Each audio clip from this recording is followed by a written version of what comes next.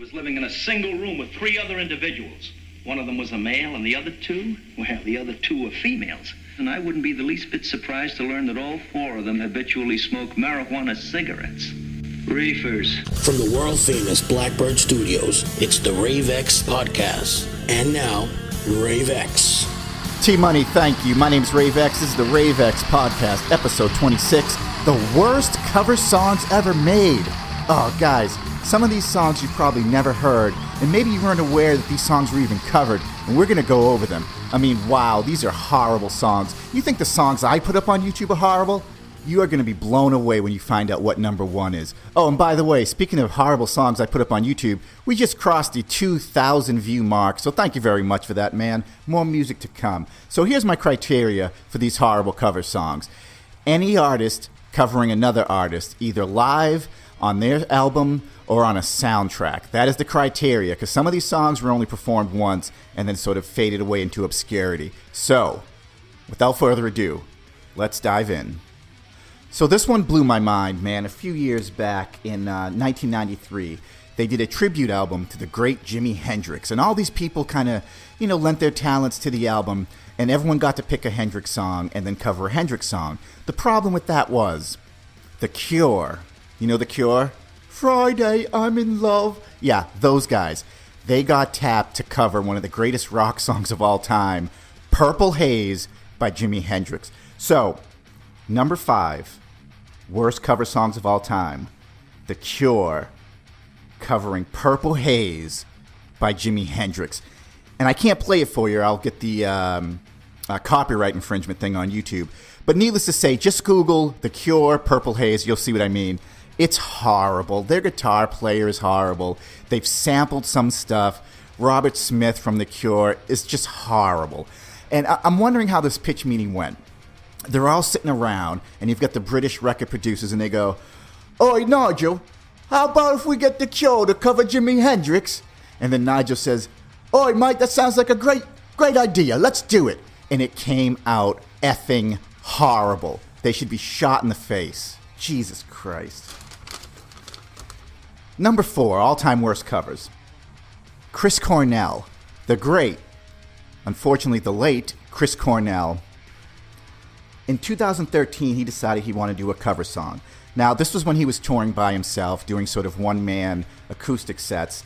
And the song that he chose to cover, guys, I kid you not, Billie Jean by Michael Jackson has performed with just an acoustic guitar by the late Chris Cornell. Now, he's not talentless, so this is kind of a weird scenario. He just took some really interesting choices with this song, and he played it really slow, and it was really sad, and it was Billie Jean is a...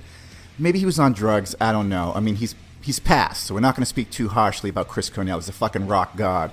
But still, Mr. Cornell should not have covered Michael Jackson, Billie Jean, and the whole thing just sounds like... His cover version of this is like old people fucking. It's slow, it's kind of sloppy, it's monotonous, you don't want to do it anymore. Just Google or YouTube Chris Cornell, Billie Jean cover. It is not good. Moving on to number 3, guys.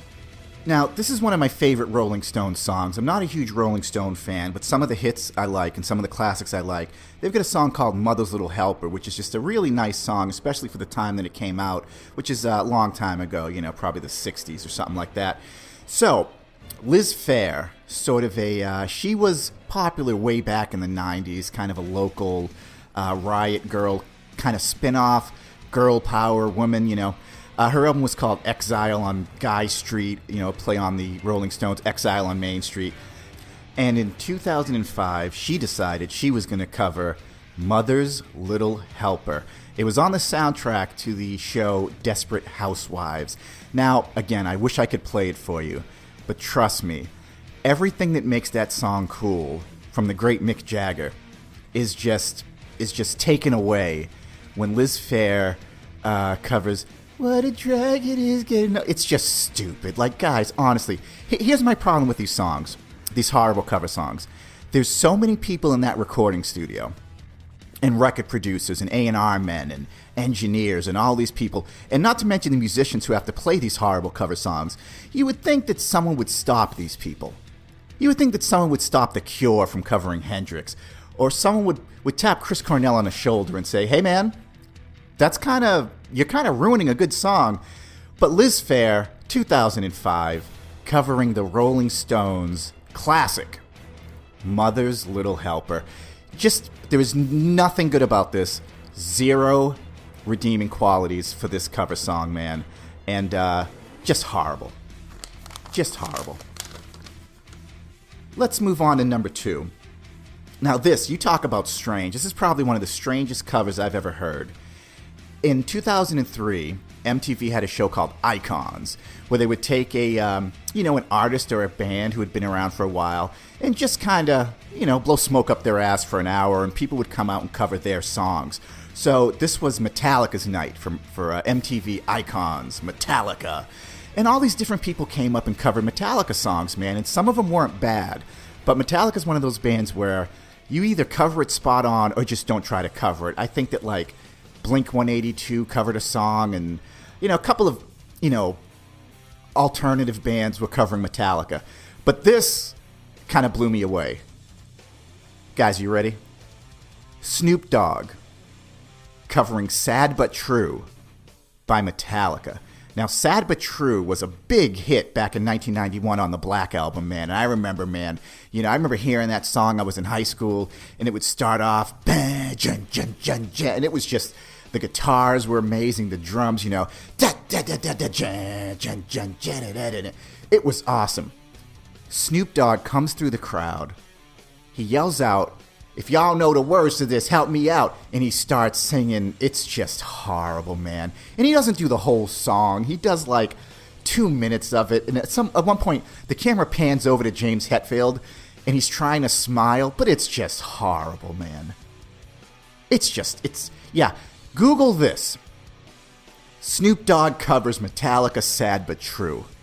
And you tell me in the comments section if this isn't one of the worst cover songs of all time. Again, we all love Snoop Dogg, but someone should have pulled his stoned ass aside and said, hey bro, don't do it. You're going to embarrass yourself.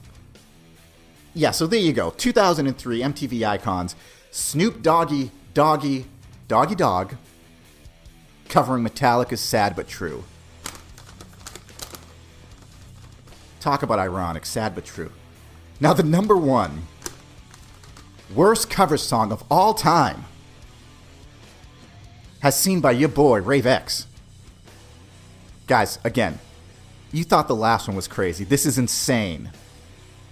In 1995, Duran Duran. Oh yeah, Duran Duran. Her name is Rio, Hungry Like the Wolf. You guys know what I'm talking about. In 1995, they put out a cover album, because their career was in the toilet, right? They covered a bunch of songs, and the one that they decided to cover was 911 is a Joke by Public Enemy. Guys, oh my goodness. Guys, you think I'm lying to you? YouTube it. Duran Duran covering 911 is a Joke by the great Public Enemy. Now, here's the funny thing. First of all, it's horrible. You have a bunch of British white guys with no soul, and the lead singer, I believe his name is Simon Le Bon, is up there trying to get into it, and he's doing something edgy. It's the worst thing I ever heard. Hey, Simon Le Bon from Duran Duran, why don't you do me a favor? If you ever think of covering another song like this again, just come to my house, knock on my door, and spit in my mouth. Okay? Because it's just... Guys, why? Why? It's so horrible. Yeah, they played it live on some British TV show, and none of them look comfortable. They all look like, it sounded good in the rehearsal studio, and now that they have to do it live, they're just embarrassed. And I'm embarrassed for them. 911 is a Joke by Duran Duran is the all-time worst cover ever made. And that's a shoot. From your boy, Rave X. Jesus Christ. Alright guys, I got shit to do. That's going to wrap it up for me. This is the Rave X Podcast, episode 26, Worst Cover Songs Ever Made. My name's Rave X, and do me a favor, kids. Remember this. If you don't stand for something, you'll fall for anything. My name's Rave X, and I'm out of here. That was the Rave X Podcast. Be sure to click like and subscribe. For podcasts, new music, and all things Rave X, go to youtube.com and search Rave X Music.